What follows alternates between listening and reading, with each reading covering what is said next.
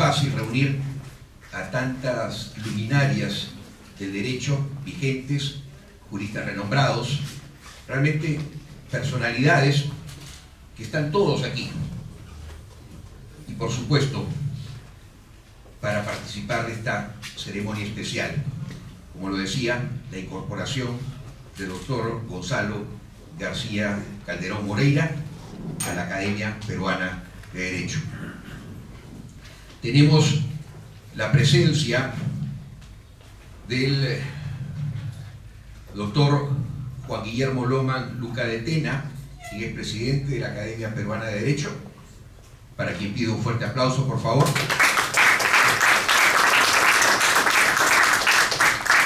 De igual modo, tenemos la especial participación del señor decano, el doctor Raúl Canelo Rabanal, quien nos honra con su presencia. Muchas gracias, señor decano. Del mismo modo, nos acompaña en esta oportunidad el vicepresidente de la Academia Peruana de Derecho, el doctor Osvaldo Hunskov Exelio, para quien pido un fuerte aplauso, por supuesto. También está con nosotros otro conocido nuestro, el secretario tesorero, me refiero al doctor Ernesto Blume Fortini, para quien pido un fuerte aplauso. Y también el director de conferencias, un viejo y antiguo amigo de toda la vida. Nos conocíamos cuando yo tenía pelo, él se lo sigue teniendo, pero imagínense cuánto tiempo ha pasado desde entonces. Un fuerte aplauso para el doctor Mario Castillo. Y en realidad, bienvenido, por favor, adelante. Si tuviera que mencionar a cada uno de ustedes, veo a muchos amigos, a muchos respetados y admirados maestros. Tendría que mencionarlos a cada uno, sinceramente, y después tendré la oportunidad de darle un abrazo a muchos de los que veo aquí y conozco, que son entrañables, desde los directivos del Colegio de Abogados de Lima, desde referentes, desde personas a las que respeté y admiré cuando era estudiante, otras personas que también conocí a lo largo de mi vida. Lucho, tengo que estar emocionado, pero cumplido con el protocolo, vamos a pedir al doctor Osvaldo Hunskov Exelio que haga uso de la palabra para seguir con el protocolo, por favor. Claro que sí.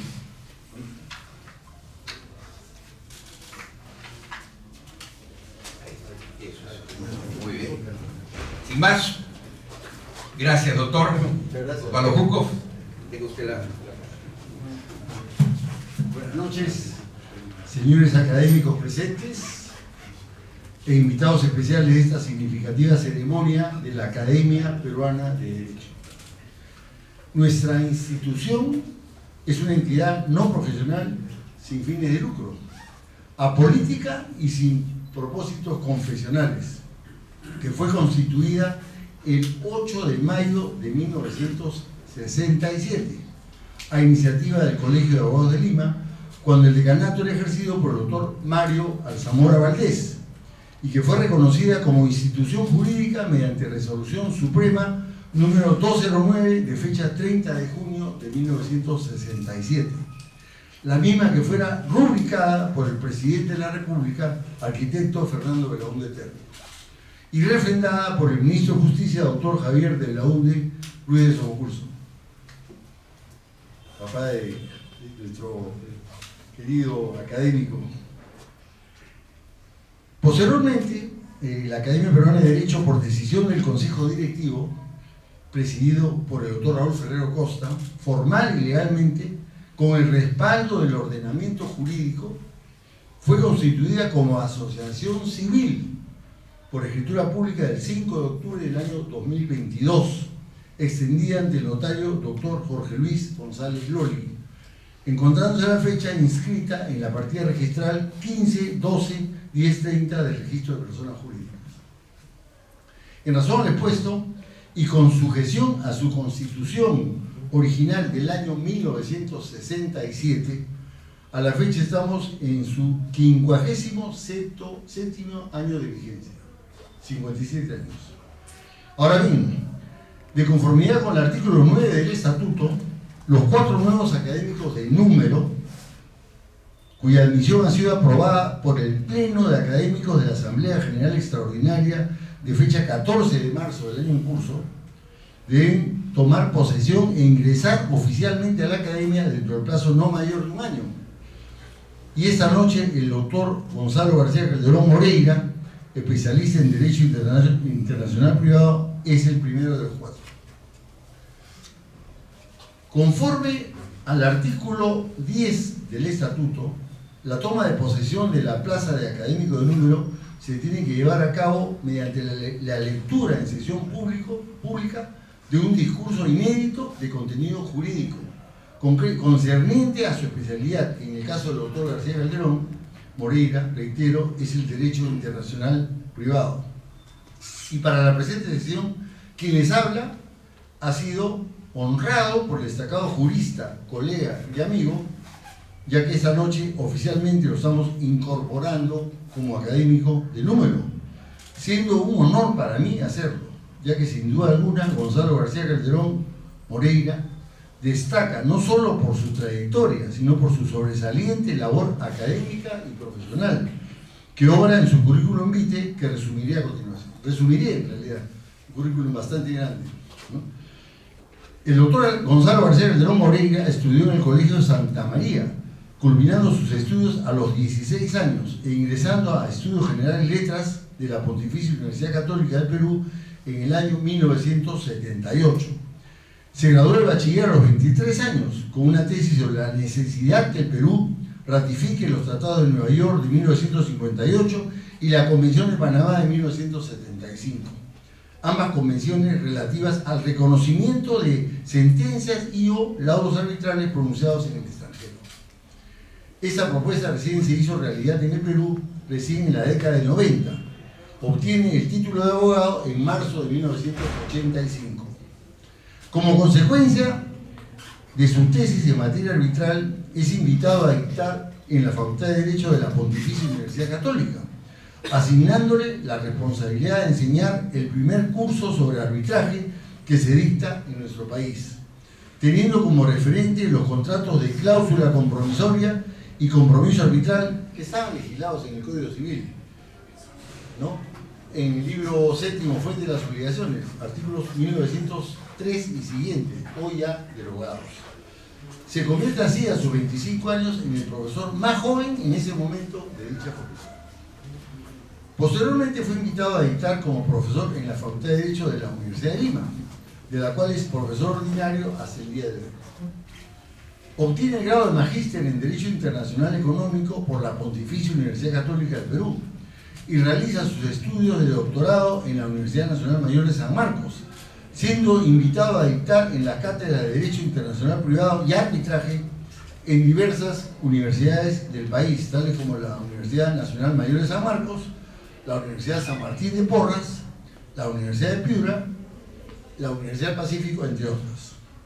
Sobre su ejercicio profesional, lo inicia trabajando para el Estudio Romero, antiguo Estudio Jurídico de Lima, de los reconocidos Eulogio y Eliodoro Romero Romaña, haciendo sus prácticas profesionales con destacados abogados como Jaime Bustamante Romero, Manuel Aguirre Roca, Juan Segarra Russo, Enrique Olazábal Brachesco, Luis Moreira Ferreros, entre otros. Es destacado como abogado a la Occidental Petroleum y posteriormente creó su propio estudio con los abogados Pedro Caterino Bellido y Enrique Gersi Silva, a la fecha. O sea, actualmente ejerce la actividad de manera independiente. Sobre su actividad legislativa, participó como miembro en la comisión redactora de la Ley de Títulos Valores, presidida por el abogado Ricardo Romón Caído, comisión en la que también tuve el honor de participar. En dicha norma se incorpora un capítulo especialmente dedicado al derecho internacional privado, sección 10ª, artículo 113 y siguientes, norma que se encuentra actualmente vigente.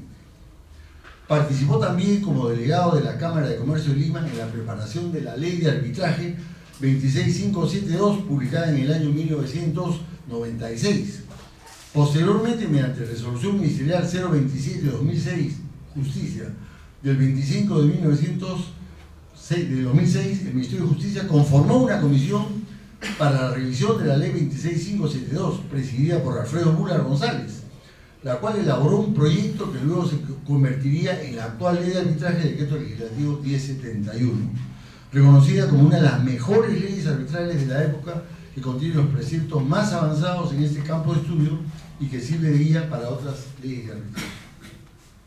Fue presidente de la comisión redactora de la Ley de Seguros, actualmente vigente, sobre su actividad política, además de sus actividades profesionales, incursión en ella siendo electo regidor por la Municipalidad Distrital de San Isidro, siendo posteriormente reelecto como teniente alcalde de dicha comuna durante la gestión del ingeniero Gastón Barúa Lecaros.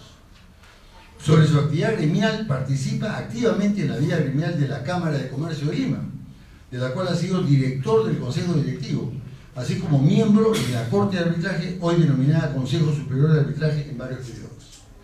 Actualmente se desempeña como presidente del Consejo Superior de Arbitraje de la Cámara de Comercio de Lima, que tiene la responsabilidad de elegir a los árbitros tanto de aquellas partes que se someten a la administración de la Cámara como las designaciones residuales establecidas por la ley, además de resolver las recusaciones de los árbitros y regular los procedimientos de manera supletoria, entre otros temas.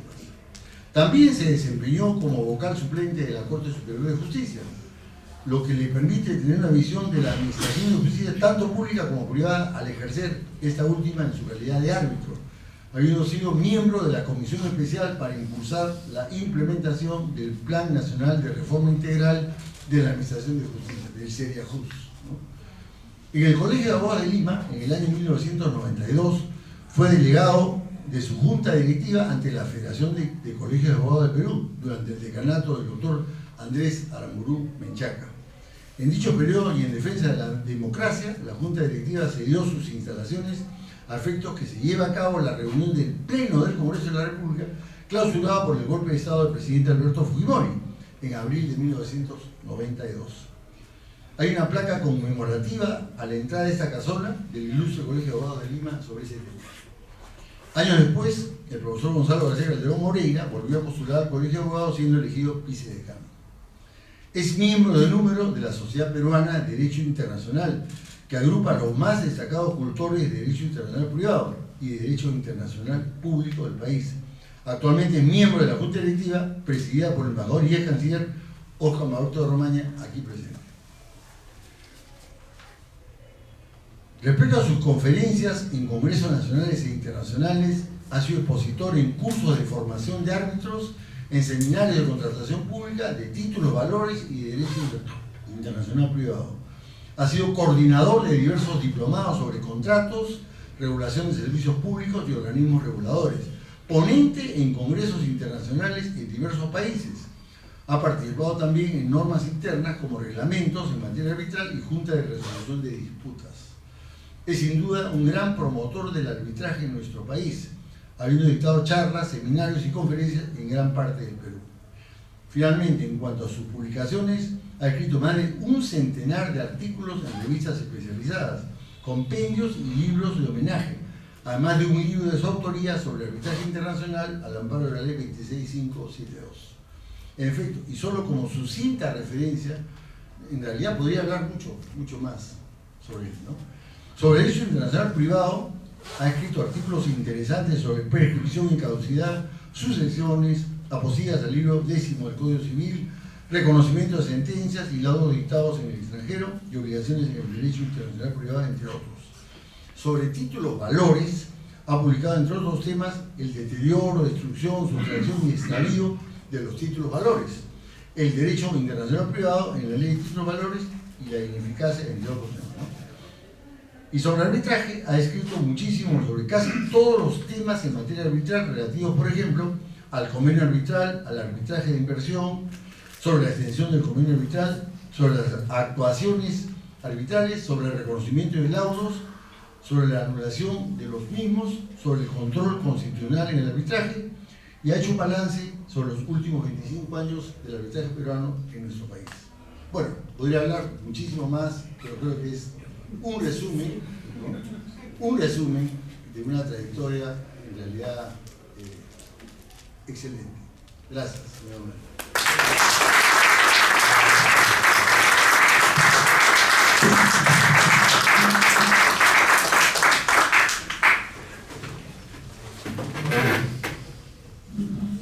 Muy bien, y dicho esto, pasamos al acto propiamente, Gonzalo, de incorporación a la Academia Peruana de Derecho. Previo discurso, muy bien. Así que te damos la bienvenida con un fuerte aplauso como corresponde.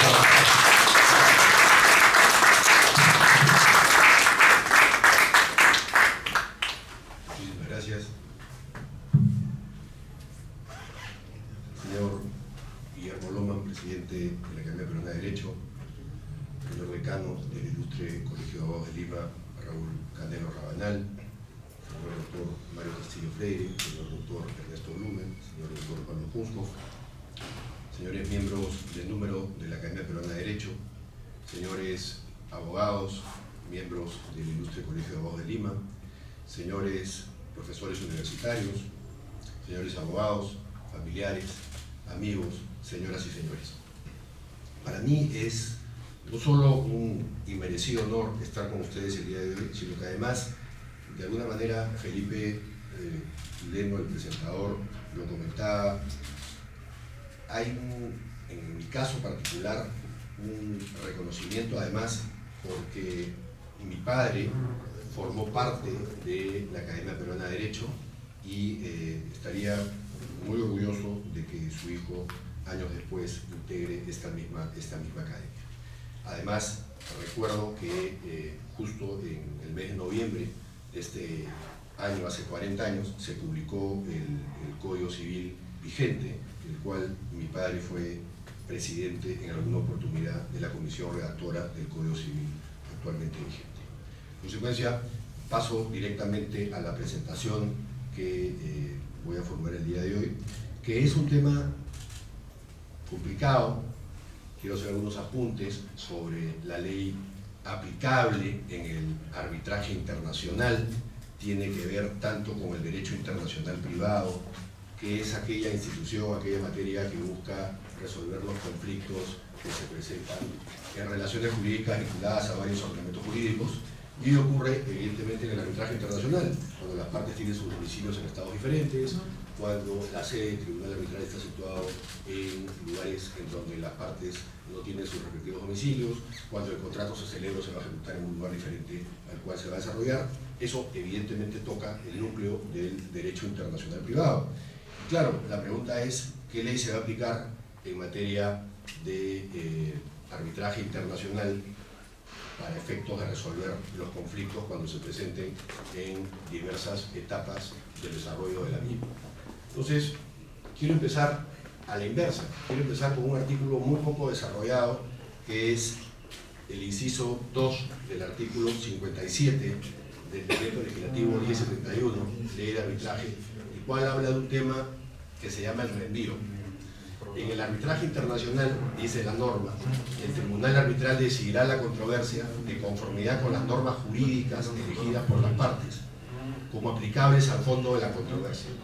Se entenderá, dice la parte medular, que toda indicación del derecho u ordenamiento jurídico de un Estado determinado se refiere, a menos que se exprese lo contrario, al derecho sustantivo de ese Estado y no a sus normas de conflicto de leyes. Si las partes no indican las normas jurídicas aplicables, el tribunal arbitral aplicará las que estime apropiadas. El Código Civil peruano, en el libro 10, que regula lo relativo al derecho internacional privado, contiene un artículo, el 2048, el cual señala que los jueces aplicarán únicamente el derecho interno del Estado declarado competente por la norma peruana de derecho internacional privado. Tanto en la ley de arbitraje peruana como en el Código Civil vigente, el legislador está negando la aplicación de la teoría del reenvío, salvo que en materia arbitral el artículo antes glosado permite el pacto en contrario de esta teoría y en consecuencia la aplicación del reenvío. Obviamente la pregunta lógica es: ¿en qué consiste esta teoría? Esta teoría permite que cuando las partes en un contrato específico y determinado se refieran a un ordenamiento jurídico para la resolución del conflicto, se está refiriendo a todo el ordenamiento jurídico de ese Estado, incluidas sus normas sobre derecho internacional privado. Con lo cual, si nos referimos, por ejemplo, a que la ley peruana será la que resuelva un conflicto respecto a un contrato de suministro entre dos partes domiciliadas en países diferentes, por ejemplo, una peruana y otra colombiana, que celebraron dicho contrato en un tercer Estado que podría ser Ecuador, estamos incorporando las normas conflictuales, las normas de derecho internacional privado de dicho Estado.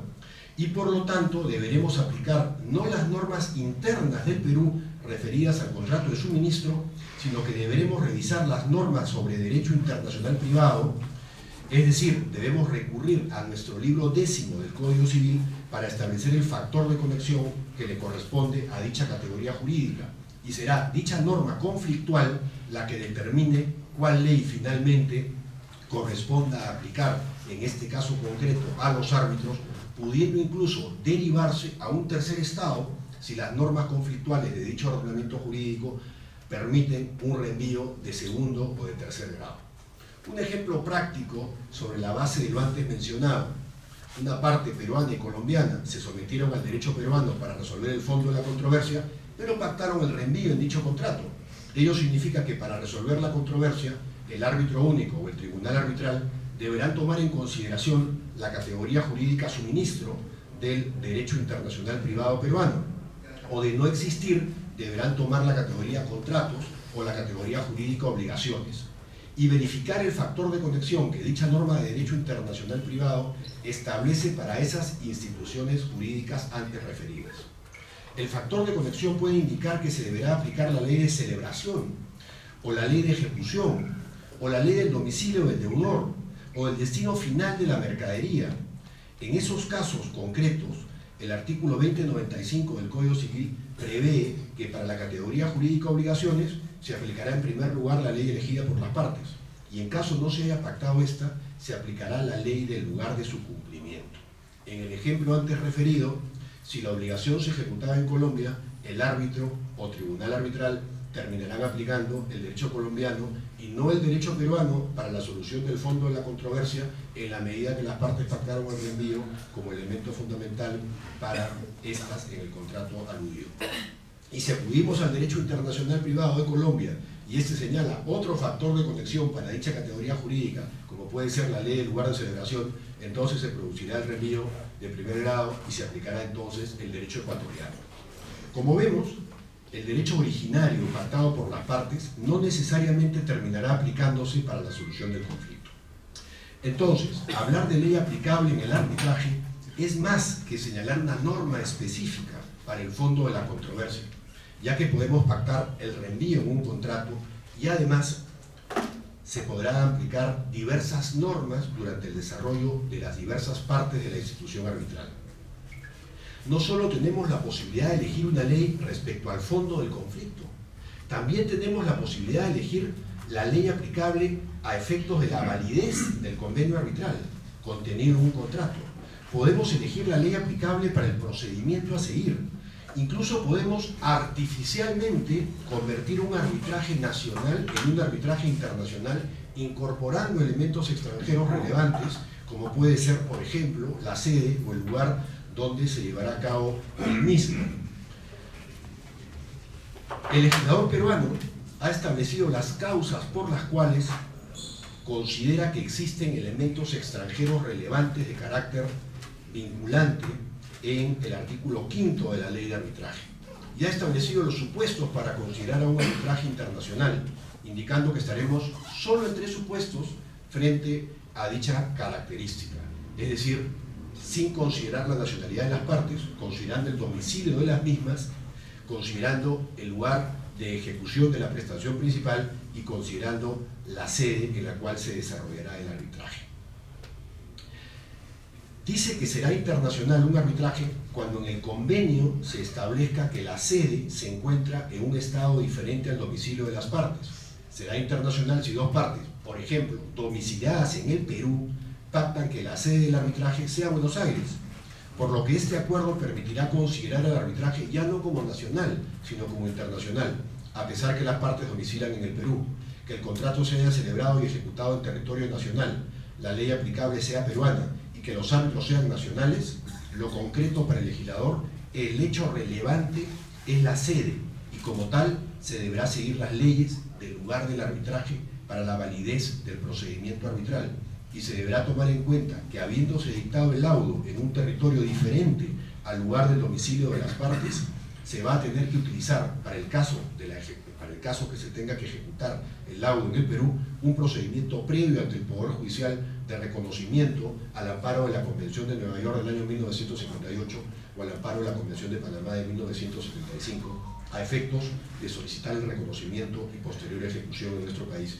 de dicho laudo que, al haber tenido como sede un país diferente, se considera un arbitraje internacional.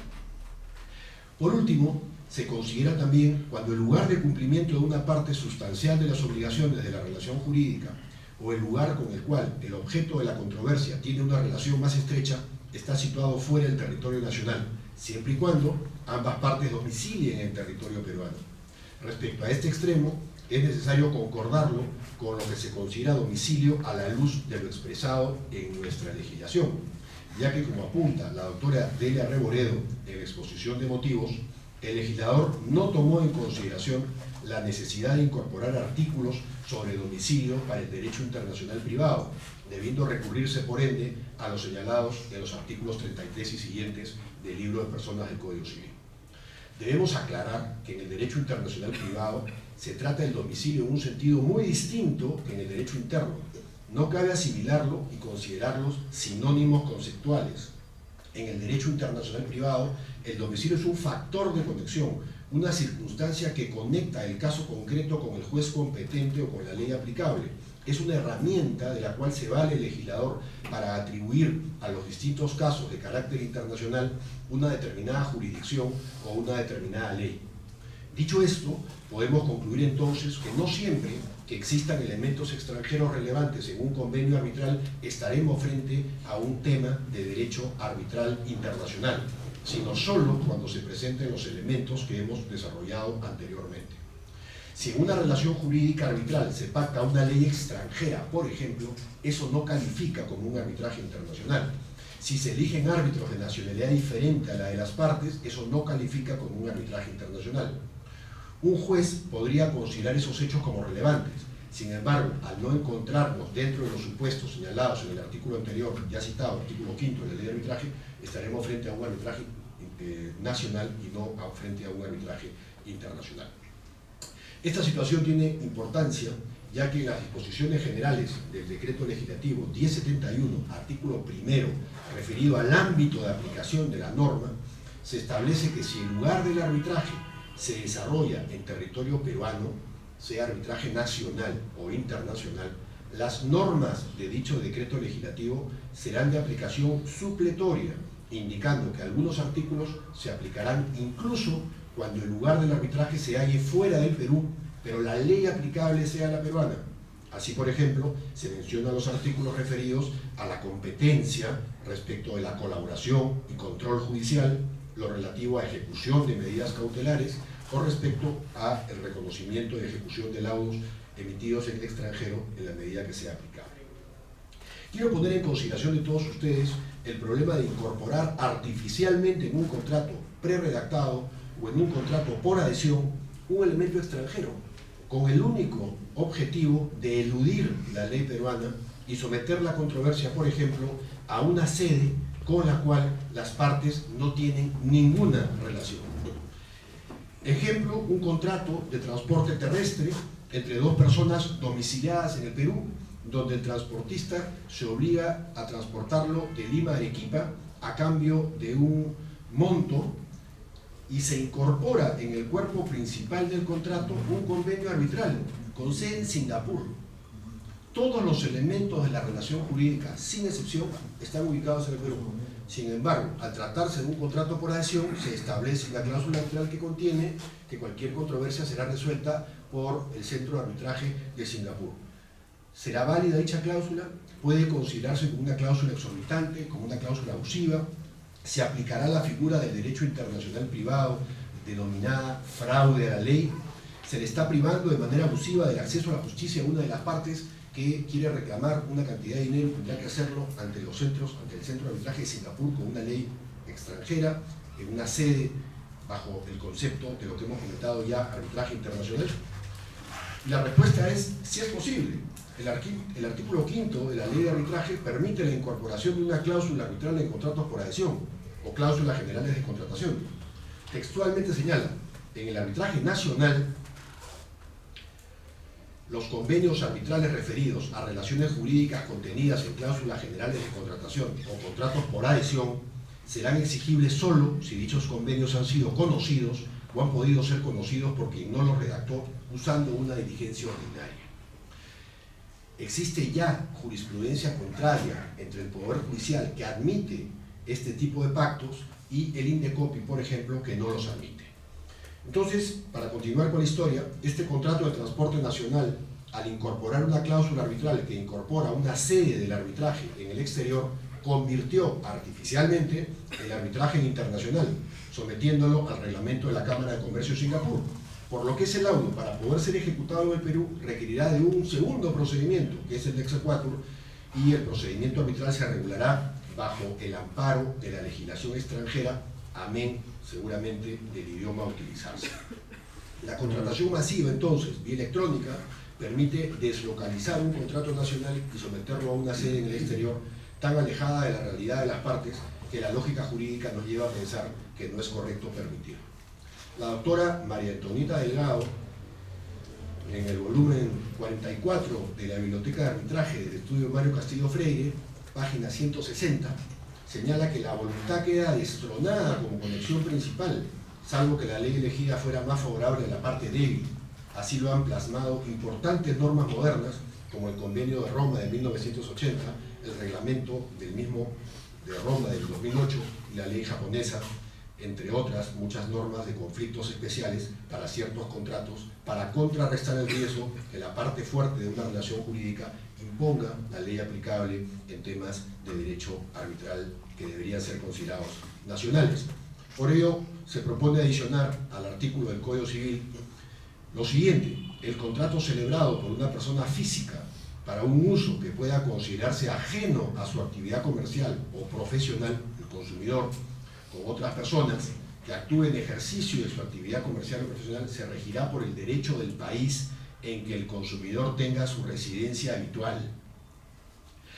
También en aquel país donde ejerza sus actividades comerciales o profesionales o donde el consumidor tenga su residencia habitual. El legislador peruano ha tomado la postura de permitir a la lex voluntatis, a la autonomía de la voluntad de las partes, el pactar cualquier ley en materia de obligaciones contractuales, conforme ya lo hemos mencionado en el artículo 2095 del Código Civil, así como para determinar las normas imperativas aplicables, artículo 2096 del mismo cuerpo legal. En esa misma línea se encuentra el artículo 57 que hemos comentado de la Ley de Arbitraje Peruana. Yo tengo una objeción hace varios años, que viene incluso desde la Ley de Arbitraje anterior, de la 26572, donde se recogía este mismo criterio de la ley vigente, en el sentido de darle una extensión y una amplitud a las partes, de someter el conflicto a cualquier derecho, incluso a una norma jurídica que no tenga ninguna relación con el contrato suscrito por las partes, sea del arbitraje o sea del derecho internacional privado. Considero que debe existir una vinculación real entre el contrato que contiene el convenio arbitral y la ley elegida por las partes. Siendo el convenio arbitral autónomo del contrato que lo contiene, el convenio puede tener normas particulares para el procedimiento arbitral o mecanismos de elección de los árbitros o absolución de las recusaciones o respecto a medidas cautelares respecto a las causales de impugnación. Sin embargo, la ley aplicable al fondo de la controversia no debería ser una ley ajena a la relación jurídica, debiendo aplicarse criterios como el lugar de ejecución o el lugar de celebración del acto jurídico, entre otros. Es verdad que existen los remedios en el derecho internacional privado que pueden invocarse para la aplicación de una ley extranjera, como puede ser la violación de las normas de policía o la violación al orden público internacional o a las buenas costumbres. Sin embargo, creo que debió especificarse, conforme se le exige a los árbitros, que en caso de tener que elegir una ley para el fondo de la controversia, las partes deberán decidir por una ley que tenga una relación con el contrato, teniendo en cuenta los usos y prácticas aplicables. Dentro de este tema, de la validez o invalidez del convenio arbitral, surgen dos cuestiones por precisar. La primera es qué se entiende por orden público internacional. Y la segunda es si la ley aplicable al fondo de la controversia es aplicable también a la validez o no del convenio arbitral en caso las partes no lo hayan fijado. En lo relativo al primer tema, es decir, al orden público internacional, debe quedar claro que el legislador peruano sí ha querido distinguir entre dos conceptos, orden público nacional o interno y orden público internacional, con lo cual una norma o derecho extranjero sí puede violentar el orden público peruano, pero no podrá violentar el orden público internacional. El orden público nacional son todos aquellos principios que están recogidos en la legislación peruana que soportan nuestro ordenamiento jurídico interno, mientras que el orden público internacional son todos aquellos principios que sustentan nuestro sistema jurídico al cual pertenecemos. Y es evidente que pueden haber discrepancias entre los principios fundamentales que rigen el orden público internacional de los principios fundamentales que rigen el orden público interno. Esto no está en mi paper, pero hemos vivido una escena similar, ¿no es cierto?, en una decisión del Tribunal Constitucional respecto del matrimonio entre personas del mismo sexo. Fue rechazado por el Tribunal Constitucional argumentando que violentaba que violentaba los conceptos referidos al orden público internacional independientemente del orden público interno. Los países, de manera soberana, optan por determinados criterios respecto a sus instituciones jurídicas y las consecuencias pueden variar de un país a otro, pero lo que no puede ocurrir es que sean contrarios a los principios internacionales. Así, por ejemplo, un juez peruano o un árbitro podrán aplicar una ley extranjera que colisione con el orden público interno nacional respecto a una solemnidad exigida para una relación jurídica específica y que el otro país no lo exija, o aplicar una ley extranjera válidamente sobre un tema que en el Perú está limitado o prohibido. Ejemplo, una persona natural podrá otorgar un testamento en un estado extranjero habiendo arraigado domicilio en ese estado extranjero sobre un tema referido a la legítima de libre disposición, en donde se permita, por ejemplo, dejar el 50% de libre disposición teniendo herederos forzosos, mientras que en el Perú dicho límite es solo respecto al tercio de libre disposición. Evidentemente, al haber aplicado una ley extranjera válida, ese derecho deberá ser reconocido en el Perú, así viola el derecho interno peruano, porque no violenta el derecho internacional. Así pues, podemos concluir que todos los principios de orden público internacional forman parte del derecho interno peruano, pero no todas las normas imperativas del derecho peruano forman parte del orden público internacional. El juez o el árbitro deberán aplicar el derecho extranjero en la medida que no violente, repito, el orden público internacional. El segundo aspecto a tratar es el referido a la ley aplicable a la validez del convenio arbitral, a la capacidad para obligarse, su formalidad, a las materias arbitrables. Es claro que estamos frente a un caso de derecho internacional privado si las partes tienen sus domicilios en estados diferentes. Pero la pregunta es, ¿cuál será la ley que regulará la validez de ese convenio arbitral? La ley del país, que las partes, en este caso del arbitraje, multipartes, ¿cuál de esos estados va a regular la validez del convenio arbitral? ¿Qué ley regulará la formalidad que se debe seguir? ¿Qué ley regulará las materias que puedan ser arbitrables o no? Podemos añadirle mayor complejidad estableciendo que el contrato que contiene el convenio arbitral se suscribe incluso, por ejemplo, en un tercer estado, diferente al domicilio de las partes.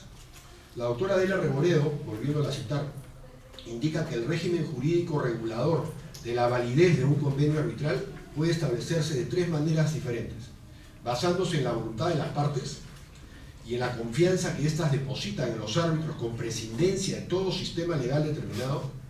En segundo lugar, asignando a la validez del acuerdo arbitral un sistema jurídico nacional para que éste lo regule.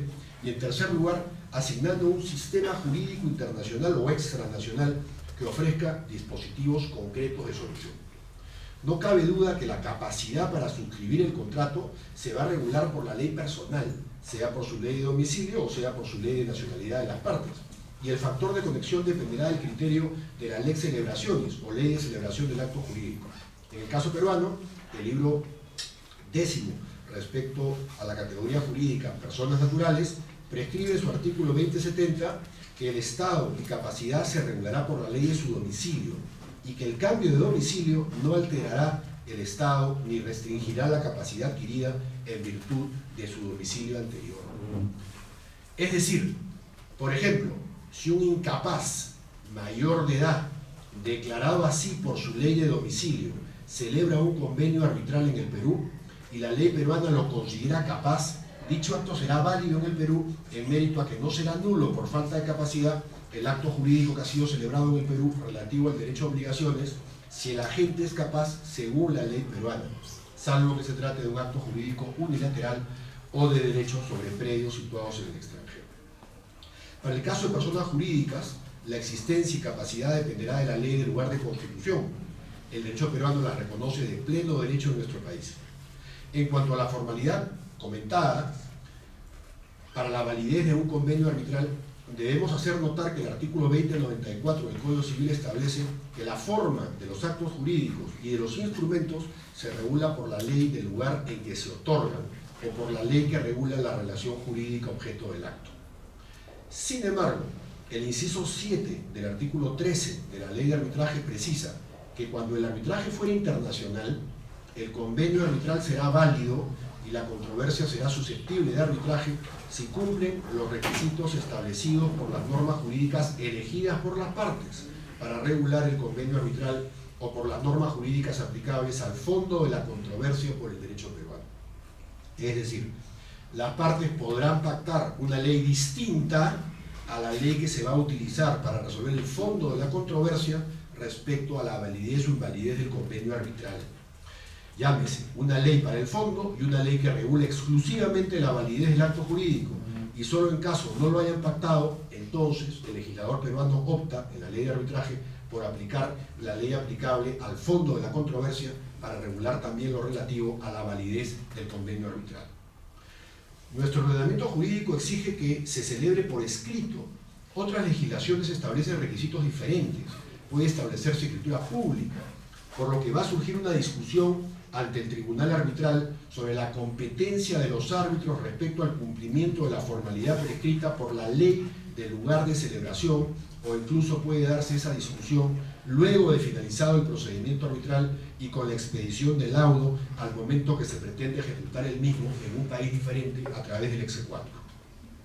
La Convención de Nueva York establece en su artículo 5 que podrá denegarse el reconocimiento de un laudo si la parte prueba que una de las partes en el convenio arbitral estaba afectada por alguna incapacidad o que dicho convenio no era válido en virtud de la ley a la que las partes lo han sometido, o si nada se hubiese indicado en este aspecto en virtud de la ley del país en que se haya dictado el laudo arbitral. Mucho en común no tiene necesariamente la ley aplicable al fondo de la controversia con la ley que debe regular la validez del contrato o las materias arbitrables. Tampoco me parece la referencia a la voluntad de las partes para someter la validez de un convenio al acuerdo de estas, aplicando el mismo razonamiento que mencioné para la elección sobre la ley aplicable al fondo del conflicto. Es decir, que las partes puedan pactar una ley que no tenga una vinculación efectiva con el contrato, sin embargo, el legislador ha establecido como válido ese factor de conexión. Dice Antonio Boyano, si no se ha elegido expresamente el derecho aplicable al contrato en su integridad, o la cláusula arbitral en particular, parece haber una seria presunción de que la cláusula se regulará por el derecho del lugar donde el arbitraje debe tener lugar, lex fori. Esta presunción debe relativizarse mucho en el arbitraje entre Estados y empresas extranjeras. Además, señala el autor, aquella presunción no puede funcionar cuando no hay lugar de arbitraje acordado. En estos casos, el derecho aplicable al contrato, según las reglas objetivas, debe definir el derecho aplicable al alcance de la cláusula arbitral. En cuanto a las materias arbitrables, cada Estado limita el ámbito de aplicación del arbitraje a temas específicos. En nuestro caso, la legislación peruana lo restringe a temas de derechos disponibles, así como aquellas materias que la ley de los tratados lo señalen, por lo que también será una causal de denegatoria del laudo arbitral si la materia u objeto de la controversia no es susceptible de someterse a este mecanismo privado de solución de controversias. En este supuesto, no es necesario que se haya invocado la causal antes señalada durante el desarrollo de las actuaciones arbitrales, ya que puede ser apreciada de oficio por el juez, en el caso peruano, el vocal comercial encargado del recurso de anulación o en su caso del reconocimiento de los laudos extranjeros. Entonces, aquí lo que hay que tener en cuenta no es solo la ley del lugar de la sede del arbitraje o la ley elegida por las partes, sino también la ley del lugar donde se pretende la ejecución de la obligación, ya que el laudo no podrá reconocerse en el país donde la parte vencida tenga bienes si la materia no era arbitrable en dicho estado.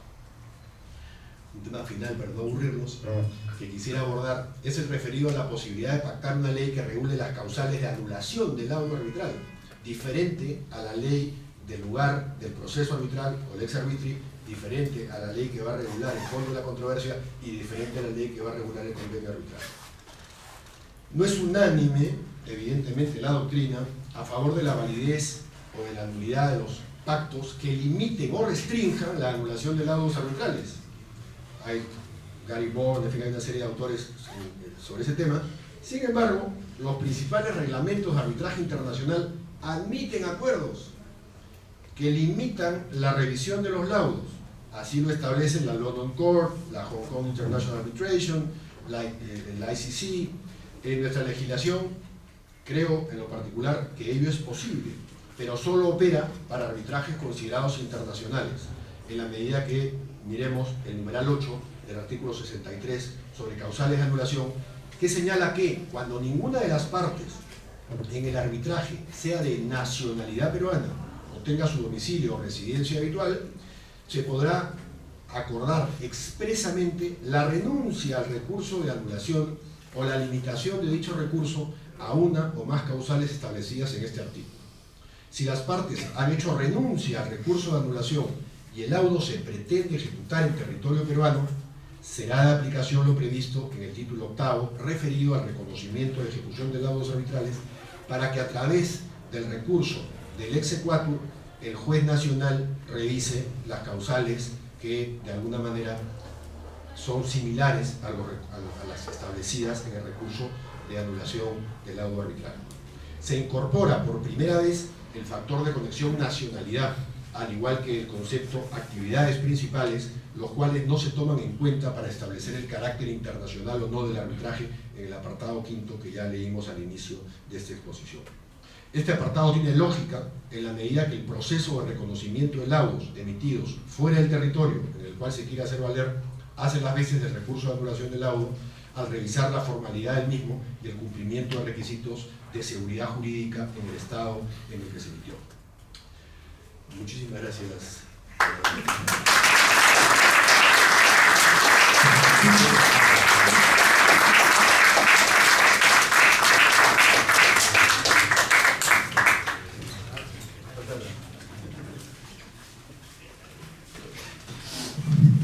Muchas gracias al doctor Gonzalo García Calderón por su erudito análisis compartido en esta ceremonia tan especial.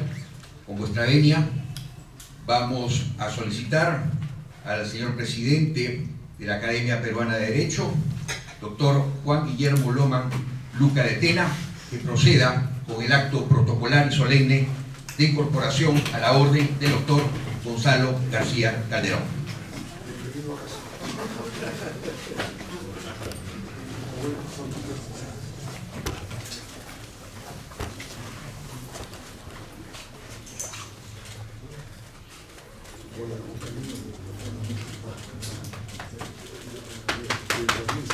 Fuerte el aplauso.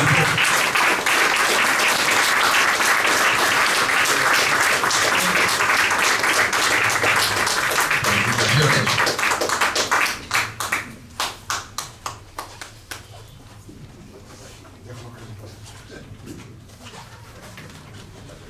Puedes pasar a sentarte con nosotros, ya eres de casa. Ya eres de casa.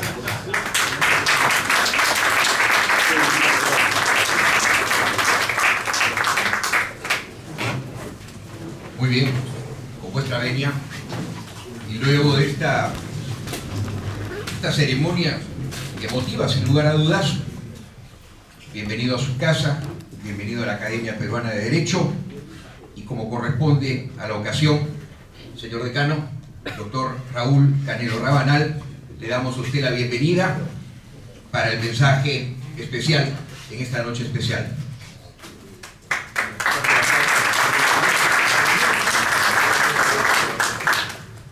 Muy buenas noches, señor presidente de la Academia Peruana de Derecho, doctor Juan Guillermo Loma Unclatena, señores miembros de la Academia, distinguidos colegas, amigos aquí presentes. Estamos felices de esta ceremonia. La Academia está de fiesta el día de hoy porque hemos incorporado a un peruano valioso, a un hombre que sí representa la verdadera academia, que es un jurista consagrado y que además es un legislador en todo el sentido de la palabra. Me refiero a nuestro querido amigo Gonzalo García Calderón. Pido un aplauso.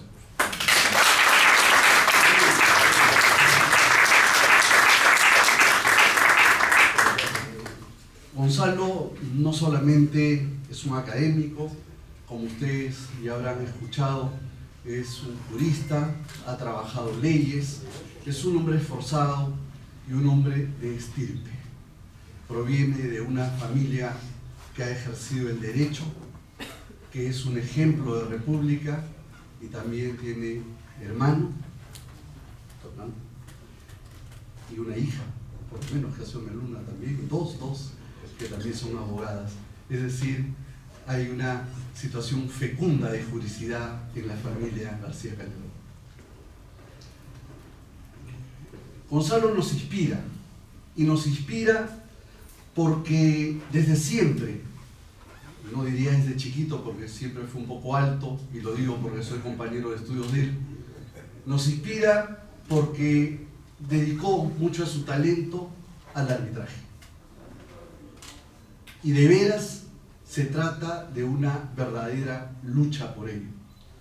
Es curioso, el profesor Alvarado Belloso, cuando habla del proceso y habla del tercero imparcial, piensa que primero apareció el arbitraje y luego aparece la figura del juez.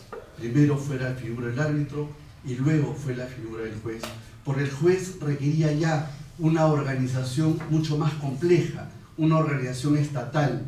En cambio, el arbitraje siempre fue de una materia mucho más comunal, mucho más primigenia. Y creo tener sentido en las palabras del profesor Alvarado. Y digo que hay lucha por el arbitraje porque, en efecto, todos hemos sido testigos que aquí hay un puñado de hombres que ha desarrollado el arbitraje. Veo varios rostros que han trabajado y han bregado en ello. Pero también hay que reconocer que así como han habido avances, han habido una serie de problemas complejos. Hoy los árbitros no solamente son demandados por responsabilidad civil, sino también son demandados por responsabilidad penal y muchas veces se demandan por doquier las nulidades de los arbitrajes. Algo hay que hacer desde la academia. Gonzalo seguramente con su experiencia algo podrá aportar en ello, porque se está abusando también de la figura del árbitro, se los está maltratando. Pero también es cierto que el arbitraje tiene otra cara, y una cara que no vamos a hablar el día de hoy, pero todos reconocen. Y lo digo porque en mi experiencia profesional he trabajado en la defensa de un centro de arbitraje en forma constante de la Universidad Católica, y es increíble la cantidad de casuística que hay contra el arbitraje y de personajes un tanto siniestros, diría, que le hacen daño al arbitraje, y hay que cuidarnos de ello. Desde el Colegio de Abogados, que Gonzalo conoce perfectamente, pues participamos justamente en la directiva del doctor Andrés Aramburú, él como representante a la Federación de Abogados, yo como diputado tercero. Trabajamos mucho por el gremio. Y hoy encuentro un gremio, y no voy a hablar de las dificultades que tenemos, pero en materia de arbitraje también habían algunos temas pendientes de trabajar. Y es por ello que le hemos pedido que presida al Centro de Arbitraje del Colegio de Abogados de Lima al profesor Osvaldo Junzko Bexeli, aquí presente, y a quien le agradezco. Muchos de ustedes seguramente también pertenecen, y si no pertenecen, el doctor Junzko está tomando nota de los expertos aquí presentes para que el Colegio de Abogados ocupe su verdadero lugar también en el arbitraje. Y de eso se trata, que el Colegio de Abogados de Lima recupere su presencia, su sitial, y su sitial no solamente en la vida profesional, sino en la vida académica, porque esta profesión no puede separarse de la academia. La academia es constante en el manejo profesional. Todos los días hay leyes. Bueno, no les cuento las leyes de hoy día, que de eso también quiero mencionar brevemente. El Estado de Derecho es una de las finalidades de la Academia Peruana de Derecho. Y lo he leído, he revisado el recuento, y en este recuento justamente se señala que fue reinstalada el 18 de agosto de 1990, fecha desde la cual tiene ininterrumpida labor en pro del afianzamiento del Estado de Derecho en el Perú. Sí, esa es una tarea. Y hay que recordarlo siempre. Y hay que recordarlo porque efectivamente el Estado de Derecho se construye en base a instituciones.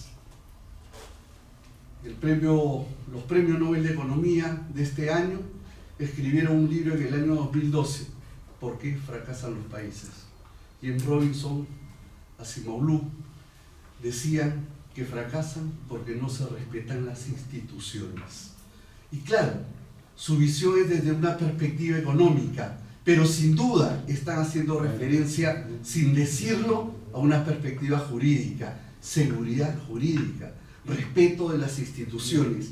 Y esta es una institución, me refiero a la academia, pero también al Colegio de Abogados. Desde que hemos levantado la voz a decir esto está mal, el Congreso, que antes no nos miraba, se dio cuenta que estaba obrando mal. Y para muestra, cuando recién me introduje en la tarea de ser decano, lo primero que encuentro es un proyecto de ley de modificación del nombramiento de jueces a través de una escuela judicial. Y no es que la idea sea mala, pero no es aplicable al Perú por los costos. Primero por los costos, luego la oportunidad, la dificultad. Además, crear una escuela de jueces es tan difícil como armar un doctorado serio en una facultad seria. Porque ¿de dónde sacamos tantos profesores?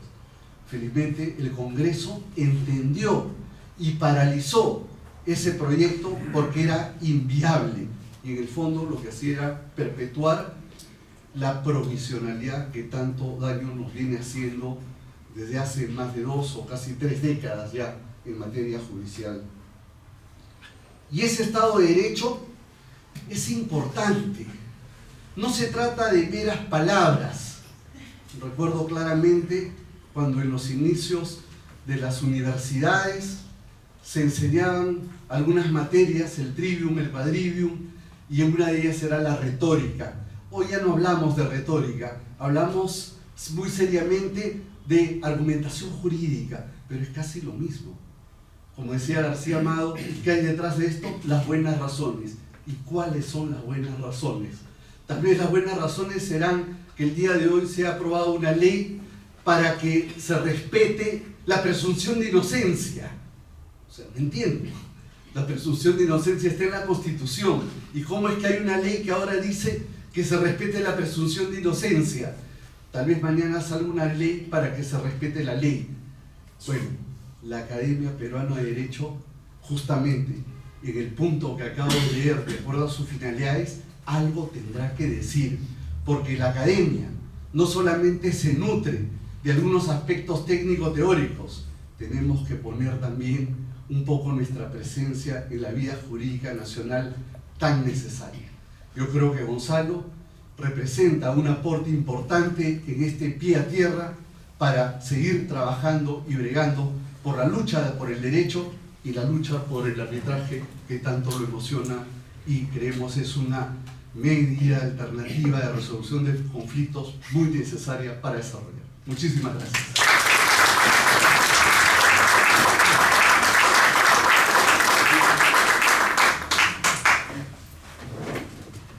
Agradeciendo la presencia de todos, con vuestra venia, señor presidente, damos por culminada esta ceremonia excepcional.